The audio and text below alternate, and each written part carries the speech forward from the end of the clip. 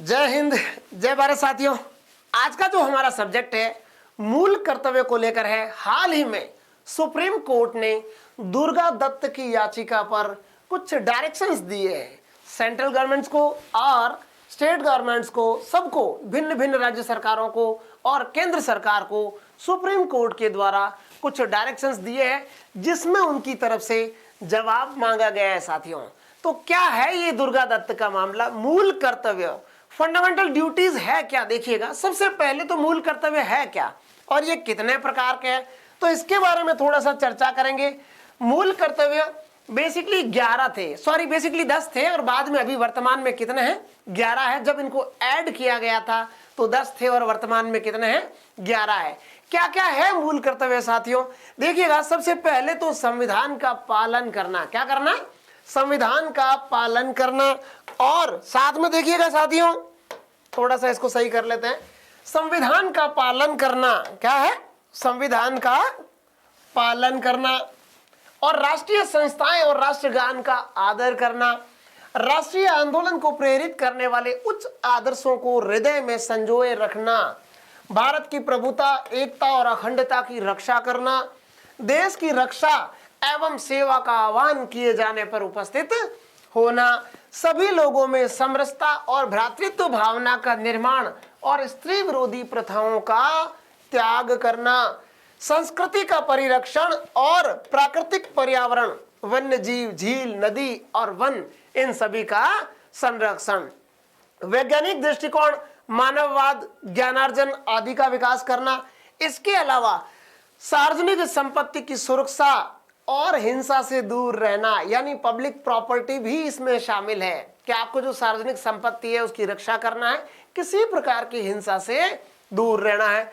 व्यक्तिगत एवं सामूहिक गतिविधियों द्वारा उत्कर्ष एवं ऊंचाइयों को छूना, ये 10 पार्ट थे। यानी जब लागू किया गया था मूल कर्तव्यों को तो ये 10 मूल कर्तव्य थे।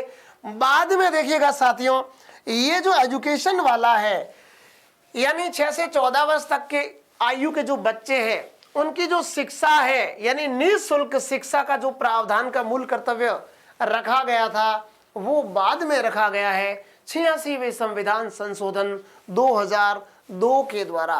देखिएगा साथियों, मूल कर्तव्य हमारे संविधान में कैसे आए, इसकी भी एक बड़ी रोचक स्टोरी है।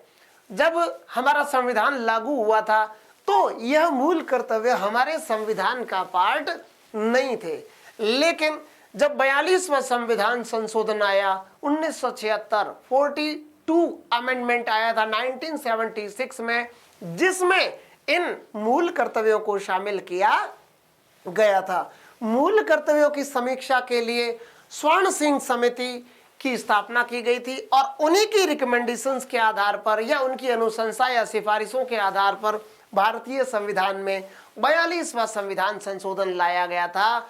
तब इस संशोधन के माध्यम से 10 मूल कर्तव्य ऐड किए गए थे भारतीय संविधान के भाग 4 क और आर्टिकल लाया गया था 51A या 51 क, ये कह सकते हैं। तो इस प्रकार से मूल कर्तव्यों की स्थापना हुई थी। साथियों, आप लोग जानते हैं कि इंडियन कॉन्स्टिट्यूशन में फंडामेंटल राइट्स भी है, डायरेक्टिव प्रिंसिपल्स भी है।